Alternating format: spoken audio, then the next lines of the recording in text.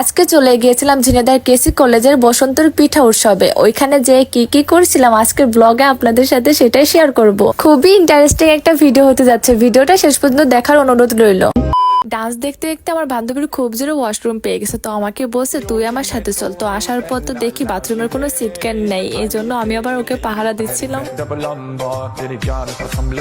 তারপর হুট করে আপনাদের টিকটকার সেলিব্রিটি মায়াবতী আপার সাথে আমার দেখা হয়ে গেল। আমি তো কখনো ভাবিনি যে ওর সাথে আমার এইভাবে দেখা হয়ে যাবে। তো এখানে ঝিলমিল বেলুন দেখার পর আমাদের তো খুব মন যাচ্ছিল যে অনেকগুলো ঝিলমিল বেলুন একসাথে করে আমরা সবাই মিলে ছবি তুলবো। তো আর কি যেভাবে সেই কাজ, ওই ভাইয়াকে বললাম যে আমাদের একটু ছবি তুলে দেন। তো ছবি তোলার জন্য আমাদের পার পিস 20 টাকা করে দিতে হয়েছে। ছবি তোলা শেষ করে আমরা সবাই মিলে আবার চলে আসলাম ডান্সের এখানে। আসার পর তো দেখি চারিদিকে ওয়াও আর ওয়াও। এবার আপনারা সবাই রিয়েল ডান্সটা দেখুন আর দেখে বলবেন কিন্তু ডান্সটা কেমন হয়েছে।